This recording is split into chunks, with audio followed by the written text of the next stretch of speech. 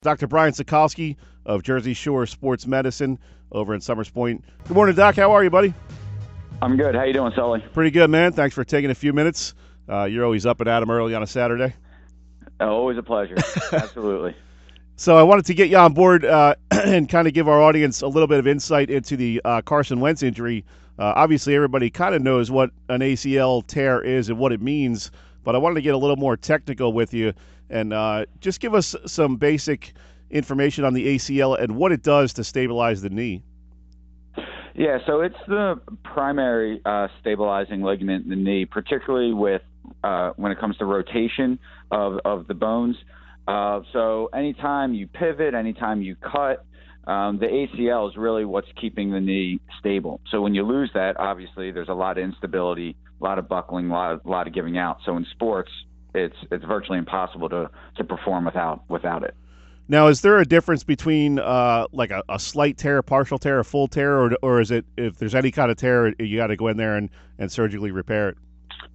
Actually, both. So, I mean, obviously, terminology is pretty clear. If it's a partial tear, there's still part of the ligament intact.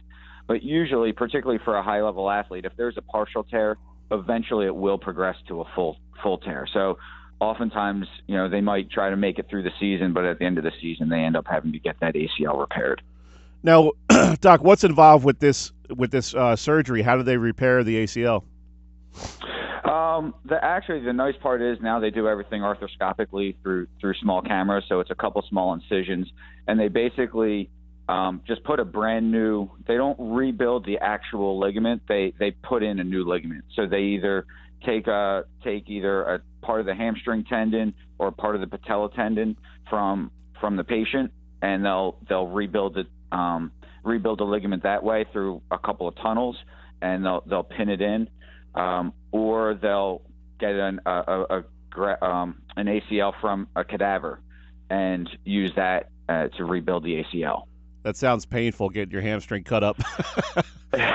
Well, after what they do to rebuild the ACL, it's a pretty painful surgery and a very, very difficult rehab. So you mentioned the rehab. How long before an athlete can start doing any kind of rehab? I'm sure there's a period where you just kind of have to stay off it and not really do anything until that thing takes hold, right? Yeah, early on they need the bone to heal and let the graft start reattaching to the femur and the tibia.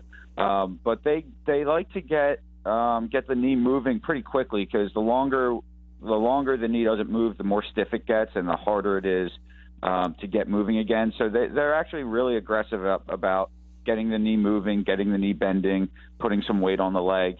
So there's not a whole lot of downtime. We're talking with Dr. Brian Sokalsky of Jersey Shore Sports Medicine in Summers Point, trying to go over the Carson Wentz injury and what that means for the Eagles and him as an athlete. And, Doc, why is it such a long rehab process with this particular injury? I mean, some injuries, it's 6 to 8 weeks, maybe 12 weeks. This seems to be a 7 to 9 month rehab process, depending on the athlete. Yeah, it's just the importance of the ACL in the knee. It takes a long time to rebuild the strength in the leg, stability in the knee, and then, quite frankly, the confidence in the leg to be able to do everything that needs to be done, particularly in football. So in different sports, you can get back quicker. So like in hockey, it doesn't take as long to get back because there's not as much pivoting and rotational forces, whereas in football or basketball, there's a lot of planting and cutting and twisting that goes on. So to get that stability back and that strength back, it takes a lot longer. Now, you've never had an ACL done, right? Fortunately, I have not. What do you hear from athletes in terms of describing what it feels like when they're trying to test it out? And obviously, they're going to be pretty ginger on it early on. And what do they tell you about how it feels with the confidence? And, because I'm sure that's the biggest hurdle, is trying to, make that jump or cut when you're not really sure if it's going to hold up on you. Yeah, the confidence is definitely the biggest thing. I mean, early on during the rehab, it's painful to get the knee moving again. The quadricep, the big front muscle in the thigh, shrinks down to virtually nothing, so that has to get rebuilt. So that's a painful process early on. But once the actual rehab's done and they're ready to go back to whatever their sport is, having confidence in the knee that it's not going to buckle on them, it's not going to give out the first time they cut, is a big mental hurdle that they have to get through. And oftentimes you hear from athletes that first season back, they never quite feel right, and it takes getting through either a half a season or even a full season, and it's the second year back where they really feel like they're back to themselves. Now, Doc, how much does an athlete's condition play into it? Obviously, a guy like Carson Wentz is, one of the best conditioned athletes in the world, much more so than maybe a high school kid or a weekend warrior type. Can that shorten the time of the rehab, or is it just with this kind of injury you got to count on 9 months? It really differs athlete to athlete. Obviously, the better shape you're in, the stronger you are going in, the better prepared you are for the rehab. Also, Carson Wentz, I don't want to say was lucky, but it was rather surprising that he got his ACL reconstructed right away. Oftentimes, it takes a couple weeks for the swelling to go down and the range of motion in the knee to come back. So for him to get it done so quickly probably is an indication of how good a shape he's in. And also, being a professional athlete, you have access to resources that most of us don't. So he's getting therapy every day. He's got the best and the brightest working on him. So that definitely helps with the rehab. And then there's, just genetic gifts. So someone like Adrian Peterson was back in 6 months. I mean, that's the exception, not the rule. But, in a professional athlete, that is theoretically possible. Where for you and I, probably not going to happen. Right. Definitely not for me. Not in 6 months for sure. Doc, wanted to dive into a little bit of high school stuff. Obviously, we have a lot of high school athletes and coaches listening to this show, and particularly high school wrestling. And I know there's been a lot of rules implemented the last couple of years to really make the weight loss healthier and easier on the body for these kids.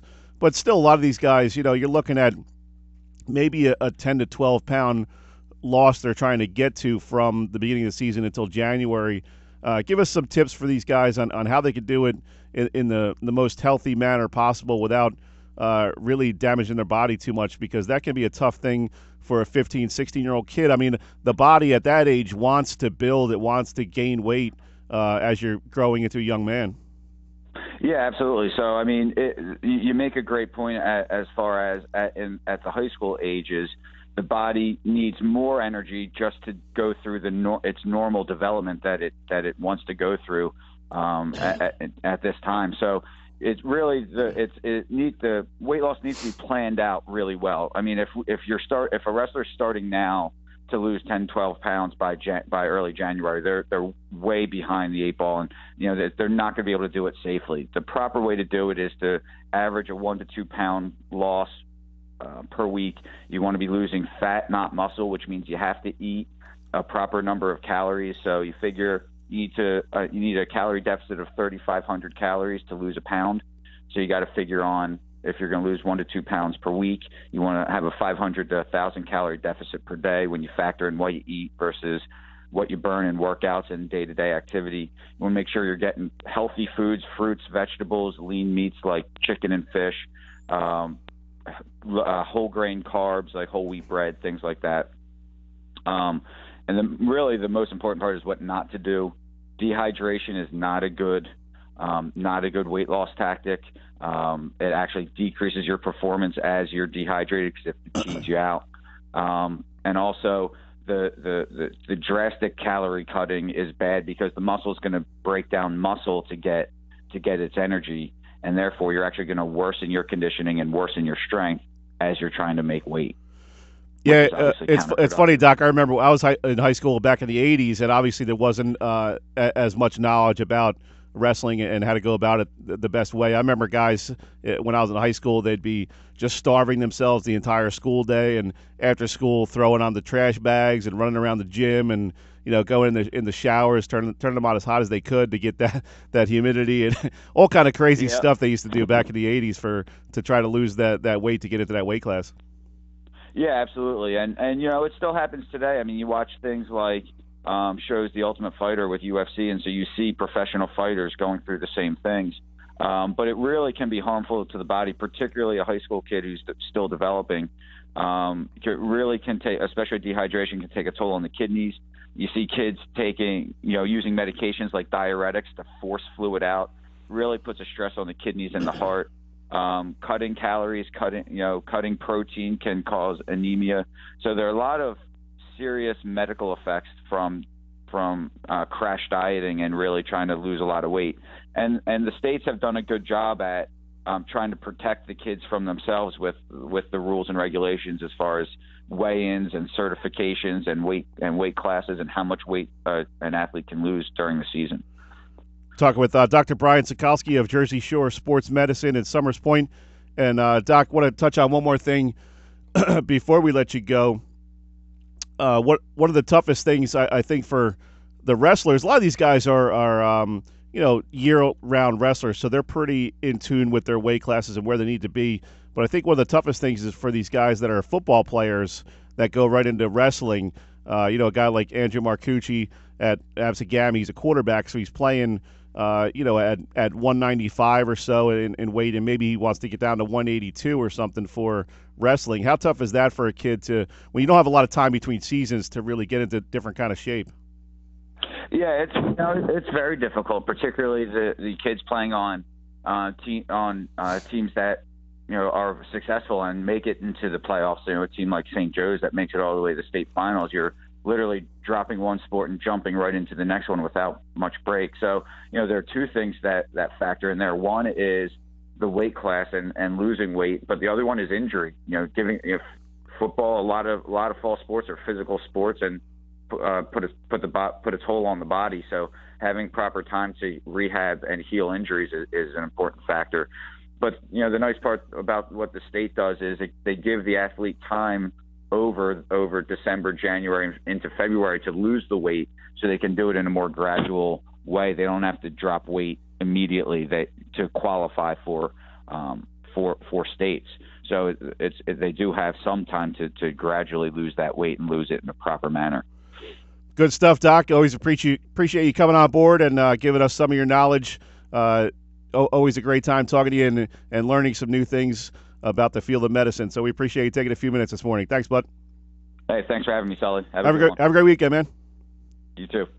That was Dr. Brian Sokalsky of Jersey Shore Sports Medicine over in Summers Point. If you're a fall athlete coming off a season, definitely give him a call and get in there if you want to get some injuries rehabbed.